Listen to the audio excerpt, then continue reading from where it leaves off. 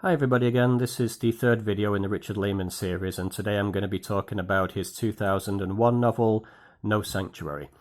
This is, I think, the second of his books to be published after his death in 2001, and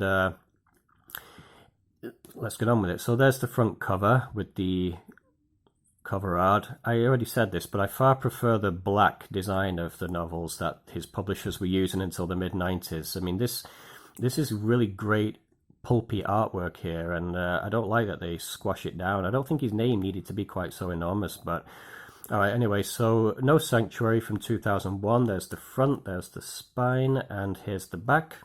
Let me read what it says. It says, Rick would do anything for his girlfriend Bert. He would even spend his vacation in the wilderness, walking the trails around Fern Lake. Though after what happened last time, it's the one place in the world he would prefer not to go. But Bert is a woman with a passion for the outdoors, and a passion for other things too. Rick would follow her to hell and back, which is what he's about to do. Gillian is off on vacation too, only her idea of a holiday is a little weird. She likes breaking into people's homes while they are away and living there. Pity that this time she chances on the home of a serial killer, the kind of guy who likes to take his female victims out into the wilderness for his fun. Rick and Bert are not the only ones heading to Fern Lake. Excuse me. So, as that implies, this is a novel of two very distinct plot lines. The first one involves Rick and Bert, who are a young couple, I think mid-20s if I remember, or late 20s maybe, I don't remember, but they... Rick has some emotional baggage. He had a traumatic experience while camping as a kid, and that's why he's not overly keen to go camping now, but he's madly in love with Bert, so he'll do anything for her. Bert is presented as a very strong, resourceful, intelligent woman. So they go off camping, and their part of the story is by far the less interesting of the two. Along the way, they do just camp. I mean, there's not a lot they really do. They just go camping. They meet a couple of women along the way, and female campers, and strike up a kind of a friendship with them, and that allows Laymon to do some of his usual sexual shenanigans. There's a bit of a red herring where they also come across these young boys who, you know, because of what happened to Rick when he was younger, he's starting to think that these boys are up to no good, and they have bad intentions towards his girlfriend Bert. That's quite well done.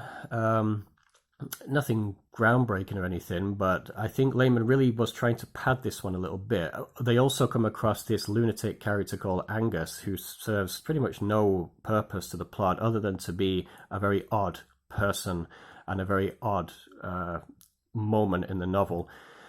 Towards the end of Richard Laymon's career, I get the impression that because he was kind of maybe running out of grand ideas for novels, he was stretching short story ideas out to novel length, and also sometimes just slipping short stories into his novels. Like, I think Charles Dickens used to do the same thing for like the Pickwick Papers. There's these ghost stories that I just put in there when he needed to meet a deadline. And I think that's what Laymon does to an extent here. The Angus thing feels like it was a short story that he's just shoehorned into the book.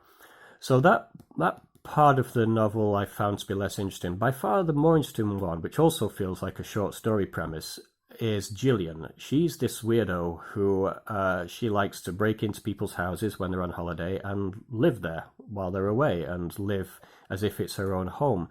Strange idea, but kind of cool how he did it. And she does happen to break into the home of a serial killer. That's a fantastic idea.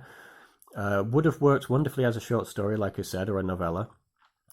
And the one way or another, the killer comes home and takes her off into the wilderness to do what he does to women. And that's how the two parts of the plot converge. They come together in that way. This one didn't really do it for me. I found this one to be a little... It's not bad by any means, and it does have some good moments, especially involving Gillian in the killer's house.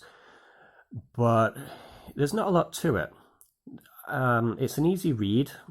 I can't say exactly it was boring because it's quite short, and you will burn through it very quickly.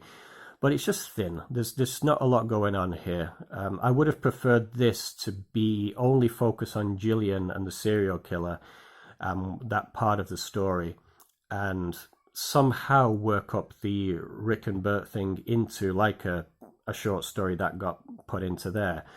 It didn't need to be half the book, is what I'm saying, the Rick and Bert thing. So yeah, not one of his best. Not one of his best. And I really don't have a whole lot more to say about it. If you like reading books about, you know, camping, horror novels, I mean, about take place in the woods, he does have a much better novel connected with that, by the way, which will be along later. But if you do like that kind of thing, this might be for you. Give it a read anyway. Like I said, it's very easy to read.